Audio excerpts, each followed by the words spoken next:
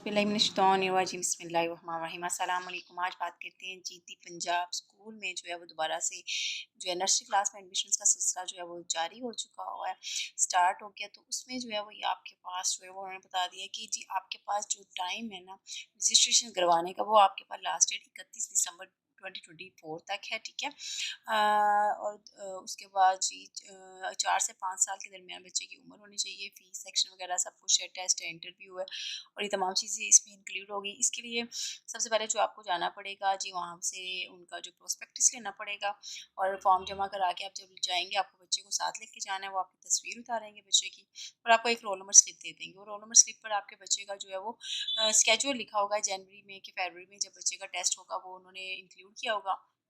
उसके बाद जो है रिजल्ट्स के बाद जो है वो आपको फर्दर इन्फॉर्मेशन देंगे बाकी तमाम प्रोसीजर की।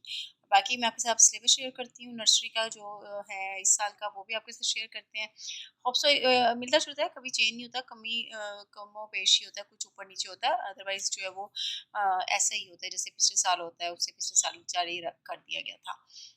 अच्छा जी, अब बात करते हैं टेस्ट की। तो टेस्ट में क्या आएगा जी, सबसे पहले आपने एक गलती जो नहीं करनी पेरेंट्स से हो जाती है, एक तो आप जो है 4 साल का बच्चा जो है वो अवॉइड करिएगा, थोड़ा कॉन्फिडेंस लेवल कम होता है। अगर आपके बच्चे का कॉन्फिडेंस लेवल बहुत अच्छा है तो फिर तो आपको कंटिन्यू करना चाहिए, क्योंकि वो ज़्यादातर प्रेफर करते हैं 4.5 से 5 साल के बीच के जो बच्चे हैं ना, उनको वो ज़्यादा प्रेफर करते हैं कि थोड़े बड़े हैं, जल्दी समझ जाएंगे और हमें थोड़ी मेहनत कम करनी पड़ेगी, जबकि छोटे बच्चों को वो जल्दी नहीं लेते हैं। इवन दो 5.5 साल के बच्चे भी नर्सरी क्लास के टेस्ट के लिए आते हैं, उनको भी वो रख रहे होते हैं। अच्छा जी, अब बात करते हैं हम जी, इसके लिए कुछ बेसिक है। सबसे पहले उन्होंने आपको बच्चे को जो है वो हर 4 टीचर एक कमरे में मौजूद होंगी।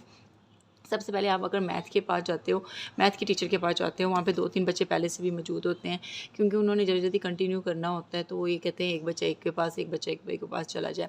अपने बच्चे का कॉन्फिडेंस लेवल बहुत ज़्यादा आपने इंक्रीज़ करना है। बच्चे को जो है वो हर चीज़ को जो है वो आधे क्वेश्चन में आंसर देने की मतलब आदत डालें, ताकि बच्चे को वो जब ये देखते हैं कि बच्चा बहुत स्पीडली आंसर कर रहा है, हर चीज़ को बहुत जल्दी जो है पिक कर रहा है, तो उस बच्चे को बहुत जल्दी जो है वो उनको जो है वो मार्क्स दे दिए जाते हैं। अच्छा जी, इसका ओरल होता है और रिटन होता है।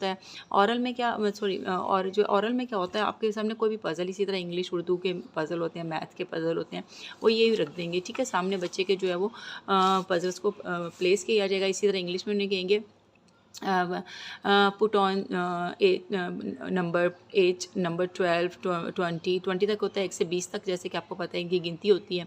तो वो बच्चा जो है वो जल्दी प्लेस करता है, जी पकड़ा और 20 उसे पता चल गया यहाँ पे, तो उसने प्लेस कर दिया। तो इस तरह ये चीज़ एक तो देखी जाएगी पज़ल्स में। इसी तरह उर्दू के पज़ल, और इसी तरह उर्दू के नहीं होते, इंग्लिश के पज़ल होते हैं, ठीक है। और इसी तरह इंग्लिश के, उर्दू के पज़ल में वो क्या करते हैं, उर्दू के पज़ल में वो ये करते हैं कि आपके पास जो है वो शेप्स कटी हुई हैं, आप अपने बच्चे के लिए घर में काट लें, किसी भी पेपर से, ज़रूरी नहीं है बहुत रफ एंड टफ आपने बच्चे को सिखाना है। तो इस तरह आपके सामने एक बोर्ड रख देंगे, आप वो कहेंगे इस बोर्ड में कितने, मतलब पे जो होता है, ये एक बोर्ड है और ये पे है, पे में कितने मतलब नुक्ते आते हैं। तो बच्चे ने जो है ना उसके सामने वो नुक्ते भी प्लेस कर देंगे। अगर बच्चे ने जो है सही तरीके से नुक्ते लगा दिए कि ये पे के हैं, ये ते के हैं और ये टे के हैं, तो वो इस चीज़ को भी जो है वो देखेंगे कि बच्चे को पता है पे के नीचे 3 नुक्ते हैं, ते के ऊपर जो है वो 2 नुक्ते हैं। तो इस तरीके से ये चीज़ें भी जो है वो बच्चे को वो करवाएंगे। फिर टे का पूछ लेंगे तो उसमें तोएँ आ जाएगा। और इसी तरह जो है वो रे, अड़े, ज़े, से में भी जो है, क्योंकि नुक्तों की गेम है इन सब में, एक से अलिफ से से तक हो, तो वो नुक्तों की गेम के साथ ही बच्चे से करते हैं। बच्चे कंफ्यूज भी हो जाते हैं, अड़े बनाओ या रे बनाओ, तो वो बच्चा कंफ्यूज रहता है रे के अड़े, ठीक है। इस तरीके से ये आ जाता है उसके पास। उसके बाद जीम, चे, हे, खे, इसमें भी यही आ जाता है। हे और खे में कंफ्यूज कर देते हैं, हे और खे, क्योंकि दोनों में जो है वो सिर्फ एक नुक्ते का। जीम चे बच्चे को पता चल जाता है, लेकिन हे और खे में, रे अड़े में बच्चा फंसता है, दाल डाल में फंसता है, जे से में। तो ये कंफ्यूजिंग जो उनकी तरफ से होते हैं वो ये होते हैं। जब ये उर्दू का भी हो जाता है, इंग्लिश का मैंने बोला वो भी आपके लिए पज़ल होता है। फिर आपका रिटर्न पेपर आता है। रिटर्न पेपर में क्या होता है, रिटर्न पेपर में ना आपने फॉर्मेशन पे बहुत ज़्यादा काम करना है। आप जितना ज़्यादा फॉर्मेशन पे काम करोगे, बच्चा उतना ही ज़्यादा जो है इंक्रीज़ करेगा। अच्छा जी, जो उर्दू का है ना, उसमें आपने ये देखिए, ये जो 2 लाइन्स है ना, आपने बताना है कि इसमें ये जो 2 लाइन्स है, बोर्ड आपने इसमें बनानी है।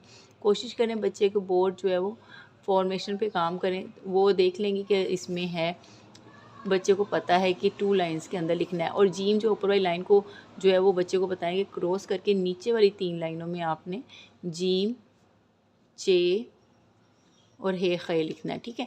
और जो दाल डाल जाल है तो उसमें 2 लाइनें क्रॉस कर देना कि बच्चे को पता हो कि इन 2 लाइनों के अंदर ही हमने दाल डाल जाल लिखना है। इस तरीके से जो है वो आपने लेके चलना है और जो है वो बच्चे को करवाना है। इसको वो सुन भी सकते हैं, कुछ भी लिखो आके कि ये आपने क्या लिखा है, जीम लिखा है, अच्छा ठीक है। फिर वो आपको काउंटिंग दे सकते हैं। जब आप 1 2 3 पे जाएंगे ना, सॉरी बताना भूल गई, जब आप पज़ल वो करवा लेते हैं फिर वो काउंटिंग के लिए चीज़ें भी देते हैं आपको, क्या काउंट करके दिखाएं 1 2 3 4 5 6 7 20 तक ही काउंट करना होता है बच्चा ने, तो वो भी करवाते हैं। फिर ये आ जाता है फॉर्मेशन आपकी इसमें।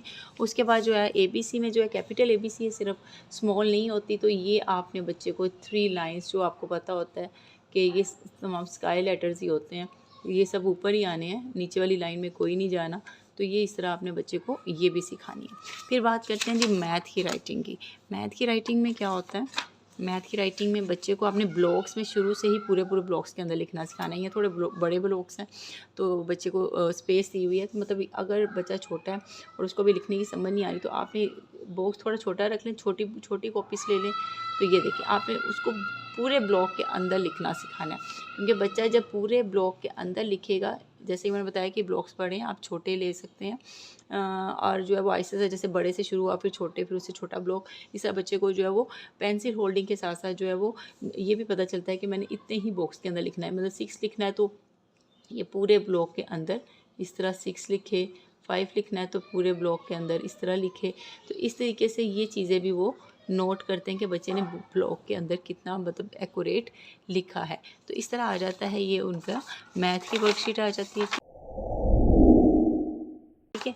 उसके बाद आ जाती है आपके पास रीजनिंग। रीजनिंग में वो कुछ भी दे सकते हैं, जैसे कि उन्होंने हर दफ़ा का जो आता है पेपर, उसमें उन्होंने इंक्लूड की होती हैं चीज़ें, जैसे कि ये कैंची है, ठीक है। और वो आप पेपर जब आप रजिस्ट्रेशन लेने जाते हो ना, जैसे ही आपने फॉर्म लिया, वहाँ से फॉर्म लेने के बाद जो है आपने वो फिल किया और जमा करवा दिया, तो आपको बच्चा लेके जाते हो आप साथ, वो बच्चे की एक तस्वीर उतारते हैं और आपको एक रोल नंबर स्लिप दे देते हैं। वो रोल नंबर स्लिप जो होती है वो वहाँ पे आप 2000 पे करते हो। 2000 पे करने के बाद आपका जो है वो टेस्ट का जो है वो आपको रोल नंबर स्लिप दी जाती है, ऐसे जैसे कि मैट्रिक इम्तहान होते हैं, इसी तरीके से आपको जो एक रोल नंबर स्लिप दे दी जाएगी। और जिस दिन आपका टेस्ट होगा बच्चे का, आप उस दिन जाओगे टाइम पे और आप सुबह, और उसके बाद जो आपकी बारी आएगी तो देन जो है वो टेस्ट ले लिया जाता है। बाकी क्लासेस में तो ये होता है ना, वो एक ही दफ़ा पेपर सिस्टम के तहत जो है वो एक ही क्लास में रोल नंबर स्लिप लगी होती है, तो वहाँ पे बच्चे जाते हैं। तो इस तरह फिर रीजनिंग आ जाती है। रीजनिंग में उन्होंने हर दफ़ा जैसे कलर भी आ जाएंगे, कलर्स होंगे, वो भी नेम बताए हुए हैं, बट कुछ क्वेश्चन होते हैं, what is your name, in which class two, मतलब हाउ ओल्ड आर यू, ये इस तरह के छोटे मोटे क्वेश्चन होते हैं। और इस्लामियात के भी इस तरह एक दो ज़्यादा नहीं, क्वेश्चनिंग इतनी ज़्यादा नहीं करते, ज़्यादा वो प्रेफर जो है वो ना ये इस पे ही करते हैं, एकेडमिक्स पे। अच्छा जी, उसके बाद जो है वो ये रीजनिंग में जो है वो आपको चीज़ें दे दी जाती हैं, बच्चे को दिखाई जाती है। मैक्सिमम 10 चीज़ें होती हैं, 10 चीज़ें बच्चे को एक एक करके दिखा दी जाती है, वाह, और ये सारा कुछ बातें की जाती हैं और दिखाने के बाद एक बॉक्स में जो है वो रख दी जाती हैं। जैसे ही बॉक्स में रख दी जाती हैं तो थोड़ी देर के बाद बच्चे को उन तमाम चीज़ों के बारे में जो है वो रिपीट किया जाता है। उसी वक्त नहीं किया जाता, उससे 2-3 बातें करने के बाद रिपीट किया जाता है। जब से ही रिपीट कर लिया जाता है तो वो देख लिया जाता है कि वो 10 में से उस बच्चे ने कितनी चीज़ों का आंसर दिया है, 6 है, 7 है, 5 है, 4 है। तो ये उनके लिए बहुत इंपॉर्टेंट जो है चीज़ होती है। यहाँ पे वो देखें बच्चे की रिकॉलिंग, कॉग्निशन पे, रीजनिंग, ईच एंड एवरीथिंग वो यहाँ पे नोट करते हैं। बाकी चीज़ें तो होता है ना, एक बच्चे को हमने रट्टा लगवा दिया होता है तो वो बच्चे को पता होता है अलिफ से से तक बार बार ये करना है, काउंटिंग में ये करना है, तो ये तमाम चीज़ें जो है वो बच्चे को पता होती है। लेकिन जहाँ बच्चा रीजनिंग में आता है, कॉग्निशन में आता है, वहाँ बच्चा फंसने के चांसेस हो जाते हैं, क्योंकि बच्चा चीज़ें कम बताता है और वहीं से वो पॉइंट आउट, ये जो नंबर है ना, ये पॉइंट आउट हो जाते हैं। तो वो जिसकी बच्चे की जितनी अच्छी कॉग्निशन होगी उसका बहुत अच्छा रिजल्ट आ जाएगा।